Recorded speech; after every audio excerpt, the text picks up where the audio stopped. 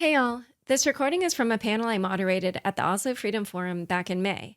The panel was about the work of Badiucao, a Chinese dissident artist who has used NFTs in his artwork. You absolutely must listen to this discussion.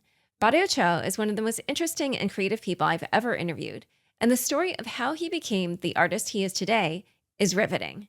I think you'll also love the twists and turns in his journey to using NFTs and learn a lot from the challenges he and Nikki Selkin, the director of creative development at Gray Area, with whom he worked on his NFT projects, faced. One other note, due to the upcoming holiday and the fact that after 4 months, I think my book tour and catching COVID and everything else that I've been doing in the whirlwind ever since I released my book has all finally caught up to me. So there will be no weekly news recap today. Other than that, happy 4th of July, everyone. And now, onto the show. Hey builders, looking for one of the best scaling solutions in crypto? That's easy. Avalanche's breakthrough subnet design lets you minimize transaction costs and maximize your speed, consistency, and user experience. To experience Web3 like never before, head to avox.network to learn more. With the Crypto.com app, you can buy, earn, and spend crypto in one place. Download and get $25 with the code LAURA. Link in the description.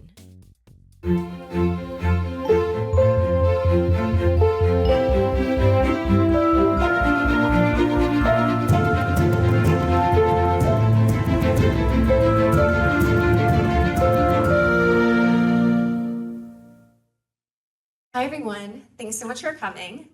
So I had actually never heard of Badiucao before being asked to do this panel, but I have to say I was really taken by the kind of life story that brought him to his dissident art.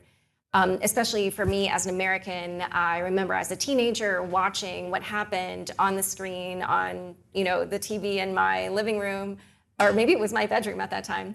What was happening in Tiananmen Square in 1989. And his experience of that, even though he was living in China, was completely different. So can you just explain that story and how that kind of set you off on this path to becoming an artist? Well, that's exactly why, I want to enter in different community, including the community of crypto brothers and sisters. I feel like now we are really living in our own grids. Like, I can have a great followers and a reputation from the dissident community, the news circles, the China-related circles. But maybe I'll be a complete stranger to the people who are into the cryptocurrency or NFT, unless I bring my art to the community to introduce myself. Well, the very reason for me to pay attention to NFT or the blockchain is because the very censorship that is happening in China. I grew up in China. When the Tiananmen Massacre happened in 1989, I was only 3 years old. So for me, I wouldn't have a real memory if no one from my life, like teachers, doctors, parents, schools, TV, publication, mentioned that. And that is the reality in China. So up until university time, I never have any idea that what happened in 1989 during the movement and the massacre in the end. I only know the event because I accidentally pirated the film from internet. And then someone inserted a documentary about the Tiananmen Massacre into that pirated file of film. And that's how I know it. And when I know it, I was already like 22. So in 22 years, nobody mentioned it. And when I'm watching those students marching on the street, protesting, eventually gunned down, crushed by tanks by the Chinese government, I'm really shocked because I'm also in the university time and like those young kids being killed by the government. However, in this gap, nobody filled this black hole for me. Nobody tells me what happened.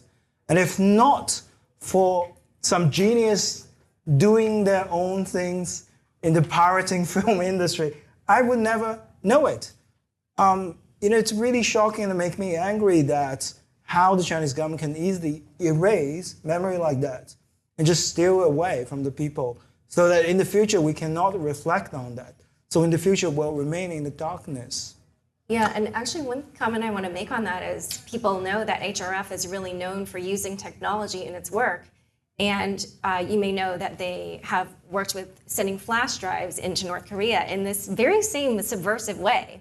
So I actually find it so fascinating that the way that you discovered this historic event that is known around the world, but happened in your home country, was through something that was a very, very similar strategy to what HRF uses. So the other part of your story that was so interesting to me was that later you went to Australia, and I think most people in your personal life thought that you were like a preschool teacher. So talk about that period of your life. So I actually studied in the law school in China. Believe it or not, there are still law schools in China. And when I grow up, because my family history, my great-parents were actually like the first group of filmmakers in China, and they all got persecuted during a campaign against intellectuals in 1957. So for me, this is a family lesson. One is don't be an artist, it's dangerous. Two is don't stay in China, it can be dangerous in any time. So I ended up going to Australia, but it's not easy to be an immigrant. You have to choose a major that allows you to stay. And in Australia, nobody wants to be a teacher, especially a preschool teacher, because it's very hard work, it pays very bad. But that gives me a chance to stay. So that's why I choose to be a preschool teacher. I studied a master's degree for education and kind of doing this detour for 4 years until I have the green card and started making art. And so talk about that period, because you were not known as an artist at that time. Yeah. There's an amazing documentary about Badiucao, and in the beginning, he is wearing a mask, and it's not the kind of mask we've been wearing in COVID. And you really were hidden. And I think, during this conference, we've been talking a lot about privacy, and you really lived that lifestyle for a while. Tell the audience a little bit about that, why you were doing that. Not like Banksy, he is being anonymous for its commercial trick. For the artists who want to seeking the truth from China, you have to hide yourself. Because once your identity is revealed, then your family will be harassed, then personally you will be putting into the danger. And I learned this in 2018. So from the first cartoon that I did in 2011 to 2018, I remained anonymous. I would not, having an event like this. If I have to do a public a performance, I will have to wearing a mask. Actually, I have a whole collection of masks that I wear for these 7 years, and it was turned into installation, now exhibiting in Prague. Oh, wow. Yeah, they're full-on masks that cover his entire face. You can sort of see his glasses through them. But talk a little bit about the art that you started making. What were the messages you were sending, and was your hope that people in China would see them, or what was your intention with that art? I think as an artist, it's something very important that we want to express things. I do not just believe art should only for the sake of art. Art is a form of language. It's because you want to communicate with the people outside of China and inside of China. But I guess the difficulty that being an artist in China is you have to dealing with the censorship. And this censorship is very hard to going around, especially when your language is written language. Because in China, they have this huge internet censorship. It's called Great Firewall, and it's much based on words. So that they have a database that goes through every vocabulary, like Tiananmen Massacre, Nobel Peace Prize, or Badiucao, by artist's name. They are all sensitive words. So if these words appear in any sentence, it will be taken down swiftly. However, I think art providing this very unique chance, because every time we create a new image, we do not use the old language or vocabulary that we use in literature. So in that way, the Chinese authorities have to find this artwork, recognize it, understand it, log it, then delete it. So regardless how efficient they will be, there will always be a window for me as an artist to talking about those issues. And among these years, another, I think, silver bullet I found is if you manage to kind of bonding a very political, censored image with something very popular and lovely, like Winnie the Pooh. I don't know how many of you knows, But online, there's a meme that compares Xi Jinping with Winnie the Pooh. And then the Chinese authorities just freaked out. They're like, oh shit, we have to be serious. This is the supreme leader, right? We have to take it down. But when they take it down, people ask questions. Because it's so common, because it's so loved, because it's so welcomed. And then every time you manage to do that, you create a catch-22 for the authority. Because if they do not take it down, then the joke goes on, the power being diminished. But if they take down, people ask questions. And whenever people are starting to ask questions, you create cracks in this authority. Yeah, and just a few other examples of some of the artworks. There was one kind of showing how it was when Xi Jinping, I guess, became, what was it, dictator for life or what? It's probably not that phrase, but that's what we would say. And he did 3 portraits, and one looks just like Xi Jinping does now, and then one is of him older, and then the last one is like a skull. And then what did the phrase say? Xi forever. But actually, I cheated because I used the Face app. Oh, okay. To make it look older. And then another one was like talking about China's influence in Australia, and he showed the koala, which is this symbol of Australia, with a painter painting it into a panda, which again, is this kind of commentary on the influence of China in Australia. So in general, it sounds like in your career, there's this blend of elements. It's like criticism of China, but also like trying to get around the censorship regime in there to get your message out. Oh, by the way, actually, before we go on, let's just explain to people how you made the shift from wearing the mask to now revealing your identity. Right. What happened at that time? And then I'll go to my next question. I think it's so hard to keep anonymous. I managed to do it for 7 years, but in 2018, I supposed to have a very large exhibition in Hong Kong, and we were inviting like Joshua Wong and Pussy Riot to the opening. However, just 3 days before the show, my family in Shanghai got taken by the police to the police station, the National Security Police. So it means my identity got compromised at some stage. And the message was sending to me via my family saying that I have to cancel the show. Otherwise, I will be in trouble, my family will be in trouble. So, well, they also say they are going to send in the police to Hong Kong in 2018. Now Hong Kong is a very different city because the whole national security law. But in 2018, Hong Kong still has its freedom and autonomous. It is kind of unthinkable that the Chinese authorities saying they're going to sending police to Hong Kong. So that makes everyone freaks out. And the show was actually canceled in 2018.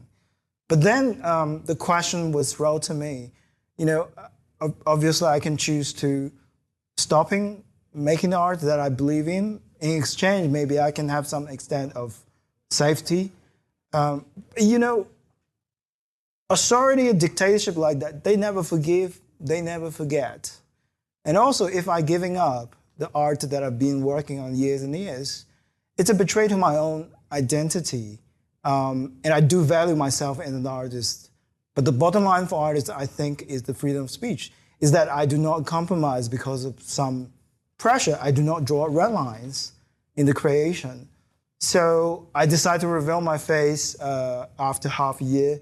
And here I am now, how I look like. So as I was saying earlier, you see these themes of kind of trying to stick it to the regime in China, getting around the censorship, and also, thinking about technology. Like, I just love what you said about how the censorship regime is really built around the words. And so using images is such a powerful and sneaky way to get your word out. So at some point, obviously, you ended up turning to NFTs, and now you've done 2 collections as NFTs. How did you stumble upon NFTs? What problem did you think that solved for you? And why did you decide to issue some art as NFTs? Well, firstly, when I firstly hear about NFT, I think it's a great idea. I do not see it as a genre or style of art. For me, NFT is a form of ownership that kind of authorizes a possibility of original digital art. And for that, it really opens the door to all art and artists. And however, I think now it really goes into a kind of weird, and that when you think about NFT, it's not a diversified world. What you think about it is those Bored Ape had and the boring collection just repeating itself.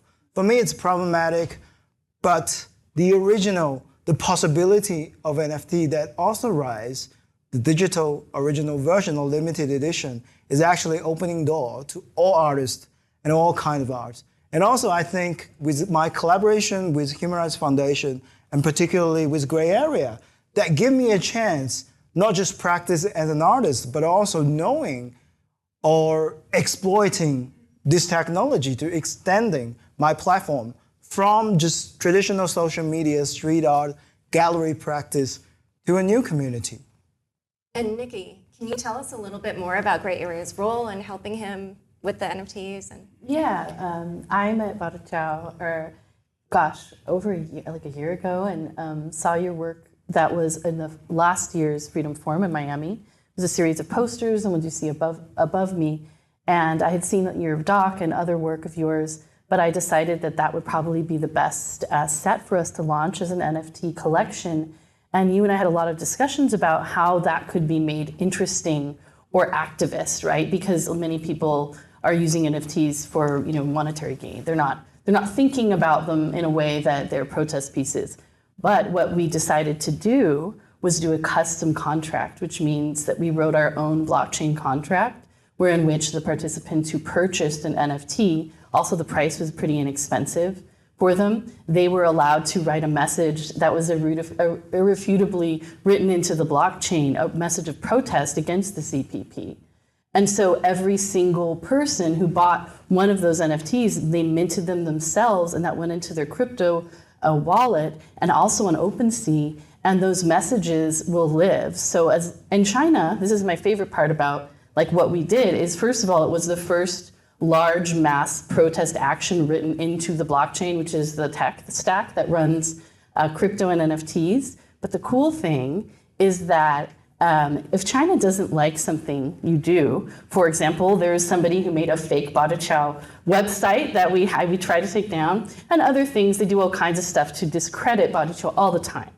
But they cannot turn off his artwork. They cannot turn off things that are listed into the blockchain, because the blockchain, as you guys, if you went to any of the talks before this, all those Bitcoin talks, they were discussing how it's a bunch of servers all over the world. It's a decentralized server network, so you can shut off all the servers in China, like they did. They shut down all the Bitcoin servers, but you can't shut off all the servers all over the world because they're everywhere. It's like playing whack-a-mole. And so what we did was make something that was pretty impossible just to stop, and a message that can't be taken down. So I think that was the power of what Badiucao did in having hundreds of people mint these NFTs and make protest messages against China. And just out of curiosity, do you remember any of the messages that people wrote? Yeah, there was a lot. I mean, some of them were just saying solidarity to Badiucao, take down China. There was some that were longer and kind of poetic. The issue is that they're actually written into the code. So you have to kind of go into Etherscan and click decode, and then it will reveal the messages. But the value of them is that they are written into the code. So and also, like you were saying, they can't just scan them as language because of the way they're encoded. So it's a really cool tech stack. And I love the idea of Badiucao using blockchain. I know one of your mentors and folks you've worked with before, who I think, did he win the Havel Prize? Ai Weiwei?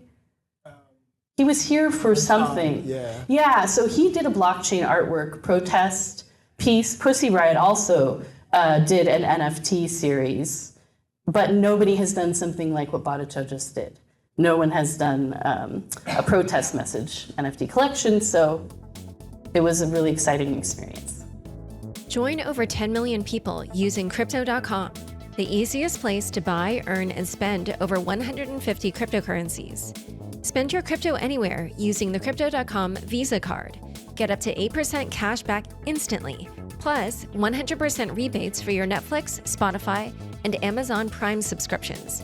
Download the Crypto.com app now and get $25 with the code LAURA. Link in the description. In just a year and a half since launching on mainnet, Avalanche has built a vibrant community of builders, leaders, and innovators, expanding what's possible in Web3. And the real superpower of Avalanche is in its groundbreaking scaling design, subnets. Subnets are the future of Web3 scaling, empowering anyone to build custom, app-specific blockchains optimized to fit the needs of any builder and user. Avalanche subnets are already seeing rapid adoption across DeFi and gaming applications, as builders have a clear path to scaling their project for user demand today, while future-proofing their infrastructure to support mainstream adoption. Experience Web3 like never before. Scale with subnets. Head to avox.network to learn more.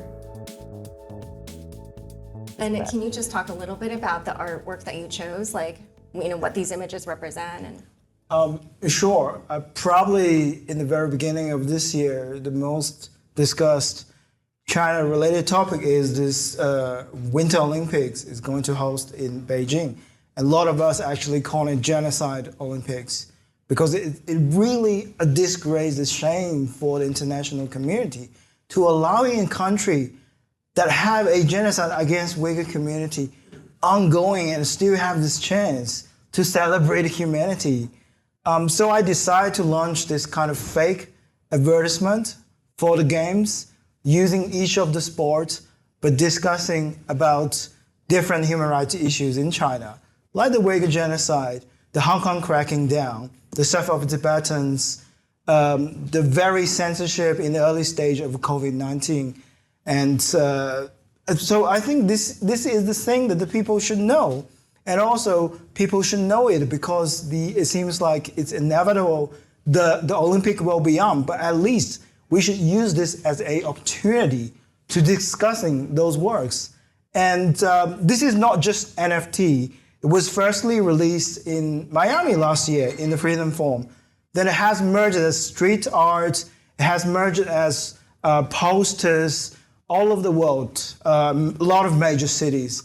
And then the last step was also moving those works into the NFT world. And also the difficulty is it's very hard to exhibiting those works in a conventional venue.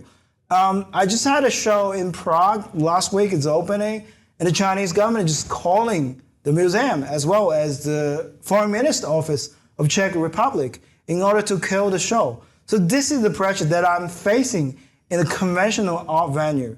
But obviously, in the digital world, on the blockchain, the gatekeeper is much lesser. I think the Chinese influence is much lesser. So in a way, that helped me to dodging all those censorship and easily creating a new community that introduce those very important message to new groups and peoples.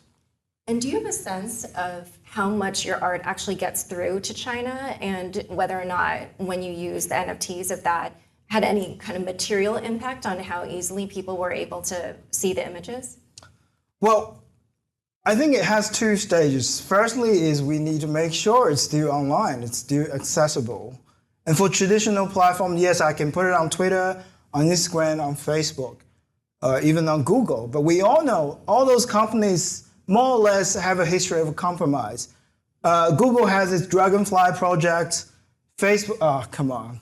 Mr. Mark Zuckerberg is running in the Tiananmen Square and pretending he really enjoys the bloody kind of air on that massacre site. So it's not stable. I do not think the traditional, even online space would be that safe. But for me, I think the cryptocurrency world, the blockchain, are providing some mechanism much stronger and safer than those conventional venues. So there's one criticism of using NFTs in this way, which for those of you who understand the technology, actually what it is kind of this indelible pointer, but it's to a file that is stored elsewhere on the internet. And so, just like any other file on the internet, it could technically be taken down. How did you address that issue? Well, one thing we did was it goes to something called IPFS, and that is a file storage system. So the record of your NFT is pointing back to that. And actually, because Badiucao like is really interested in open access, you actually gave the files on Twitter for anyone to print. So people all have print quality files already, all over the internet. They've been distributed and people have printed them. So one of the things I actually did for record or holders and non-holders, anyone who joined our Discord, was create links to files and send multiple links through, I think, Google Drive and other ways for them to download, like multiple times. And so, a lot of the protest activity that is going on, and just in general, like the crypto community and NFT community is going on through things like Signal, Discord, Telegram, Twitter. So we are doing, ad hoc and community organizing on the tech stack tools. And frankly, we're constantly jumping from tool to tool, depending on what's safest. So we have a Discord, we shared it through that. But also the other thing to keep in mind is that even if we lose the pointer to the actual file in China, the blockchain record with the protest statements are not images, and they are in the blockchain and they can't be deleted. And even if China wants to say, oh, I'm going to take down Etherscan, you guys remember, like, if you were anyone of any certain age, like how we used to have, like, we still have, but Pirate Bay and torrents and all that stuff, and there'd always just be a new Pirate Bay dot whatever. We could do the same thing, and the same thing does happen with Etherscan. So they'll just make a new website that points to the same files again and again and again and again. So in a way, the value, like I said again, of blockchain is that it's almost impossible to take down the actual servers holding the things, and then you can just keep making new domain pointers repeatedly from different locations to the same information, just like we've seen with like torrents, So I guess it matters, but it doesn't matter because it's so easy to distribute information using the technical tools we have today. Yeah, because Etherscan is basically just a website for looking at the Ethereum blockchain, which is indelible, and it's sort of like, you could sort of think of it as you could use like Firefox or Chrome to look at some domain that you own, or even like the New York Times website or whatever. So yeah, if Etherscan went down, no worries, somebody else will create some other block explorer. So you actually did a second campaign using NFTs. Can you talk about that and why you chose to do this? And it's slightly different. The second drop was not that carefully planned because it's right start from the Ukraine war, by the Russian invaders. So once the news outbreaks, I guess it's really haunting everyone around the world, especially the people in Europe. And I starting to making art alongside with the development of the invasion. And among the invasion, there are a lot of like online memes merged, like this very famous sunflower seeds. I mean, the old lady like giving a handful of sunflower seeds to a Russian soldier said like, well, at least when you fall down here, there will be sunflower popping out. So a lot of those very interesting and powerful elements has merged and become my inspiration. And I created a body of new work that is dedicated to the fighters from Ukraine, as well as denouncing the support from the Chinese government to putting the war. And now this work has been released as NFT on the Super Rare as one-on-one works. And I'm going to donate all the profit from the selling to the people in Ukraine. I mean, because of the NFT technology, because the existing platform, it allows you to act this very fast. Imagine if you have to do an exhibition and then sell in an auction. It takes a long time. We did but it in this what, way. like 2 weeks? 1 week? Yeah. We did it in 1 week. And we've already sold thousands of dollars in Ethereum. And we just sent one to, what was the group we just sent it to? That we were talking on Signal? Right, actually, Ukraine government have, they posted their wallet to accepting cryptocurrency. Right on Twitter. It's like, send us your money right here. But we just worked with another aid group. We just sent another piece for auction from the collection, and we did it in like a week and a half.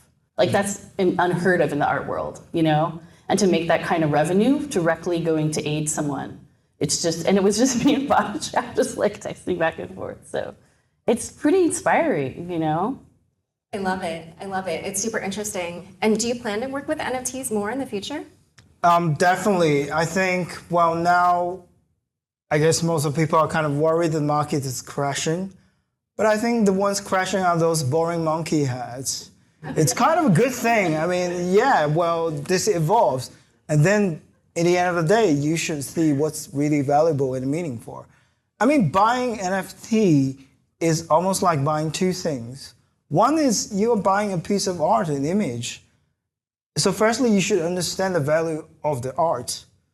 For me, I think political art and art about our time particularly important because, of course, there are art for the sake of art, there are art exploring the sensory beauty, but there are also a history of world art that is talking about the most important issue in the time. It is like a footnote that of our history, and because of authoritarian regime like China, they're deleting almost every existing footnote, and then art become one of the voices can be lefted. So that is why political art particularly has its value. And secondly, for NFT, and because all the things that we've discussed on the online censorship and everything, that makes political art very rare, and it makes it very hard to be purchased in conventional venues like galleries because the Chinese government could just call and cancel the show. And then it makes the NFT probably is the most valuable platform and way for political arts to uploading and make this into a collectible artwork. So I'm not here just to calling help to the political artists who are trying NFT. I'm also want to shouting to the people and the collectors that you need to learn about art. You need to learn about why political art will be important and valuable in the longer term. Yes, you should earn some money by flipping with the monkey heads, but you should also think about diversify your investment. Think about some blue ribbon stocks, which will be the political art. I mean, let's imagine after 20 years, you have to explain to your grandchildren that what you collect as NFT. Do you have to say that, oh, you know, Justin Bieber have that monkey hat, so that's very valuable and important? Then you have to go through the whole trouble to explain who Justin Bieber is. But imagine if you collect something that recording the changing time of our world, that recording the brutality of one of the most powerful countries like China, and foreseeing the change which is coming, then it will be much valuable and easy to explain to your grandchildren. So for the sake of the future, try to diversify your investment, not just monkey heads. Great. So we started quite late. Does anybody have any questions? What if you're not a formal artist but enjoy doing art on the side and then decided to post an NFT? What's the rationale behind that? If there's a project you're working on but don't have a platform, but just doing it for fun or just want to get started? I think platform is always a problem for not just political artists, for any emerging artists. And what NFT providing is a platform, a showcase as well, but also a possible way to help you financially. So why not try that? I think the most important thing is, as artists, you should be faithful and truthful to your art. Do not just create art that can be sold on NFT platform. Do your own art, put it on the NFT. That's how you be truthful as an artist, but that's also how you can help the NFT market to not just making the same standard work and make it an interesting and diversified world as any art world outside of the digital space. But what if you're truthful to your art, see if it does well, and then keep replicating that? That's still Then you're a businessman, you're not an artist. Artists have to do new works. Yeah, that's my understanding. The other thing I would say is, you know, if you do well, let's say you mint an NFT and you do well, one of the most important things about the NFT community of artists that I've been part of for a little while is that you support other artists. So using your voice, your platform, and your energy to, you know, tweet, retweet, repost, share the work of others and buy their work. The hit, which was, I know this is like a very blockchain heavy conference, but Tezos and Hikeknuk, which is now defunct, but that community of artists on that chain, which by the way, it's like $2 to buy a Tezos, so it's much more affordable and a great entry point for new artists. We're all about retweeting, buying, and there's a movement called Object for Object or Tezos for Tezos to like retweet, buy, and share the work of others, and particularly diverse groups, women, people of color, queer people, making sure that you're creating a space for the voices of not just the hegemony or whatever, the mainstream, like Badiucao saying the monkey heads, but actually, diverse people and amplifying their voice, using your power to do that. So if you do suddenly get power, like use that power, share, retweet Badiucao, everybody. Like it's all about collective action, and NFTs are no different. Yeah, but just share the work you like. Don't share the work for their support. So I'm really curious, as we're making this movement from NFTs as revenue for artists who are operating commercially into the realm of political artists who are raising money for causes, socially engaged artists who are raising money for communities they're working in. What you've seen out there in the world and what you're thinking through this experience about revenue split models that can benefit artists who also need support while supporting communities that they are caring for, want to stand up for, and what you've seen out there. So for me, because, I am not an NFT artist. I can only talk through my little experience. As political artists, the censorship does not just coming from you do not have chance to exhibiting, but also the collector will have hesitated by your work because once the financial record reveal who they are, they will be revenged by the Chinese government. But NFT and blockchain was providing this possibility for buying things anonymously. At least it's very hard to tell or trace. So that definitely opening supporters. And in that way, it actually supporting young artists like me. And for me personally, what I really want to achieve in the future is somehow establish this platform to encouraging emerging artists like myself 5-10 years ago. Because when I started making political art, it's really no money and no support, no platform. And I only insist and continue this work because somehow, sometimes someone helped me, give me a hand. So I do think it's very necessary to actually establish this platform, dedicated to political art, dedicated to art that's serving the community, and kind of branding them together as a way to support each other. All right, well, I think that's everything. Thank you all so much for coming. Thank you to Badiucao and Nikki. Have a great rest of your forum.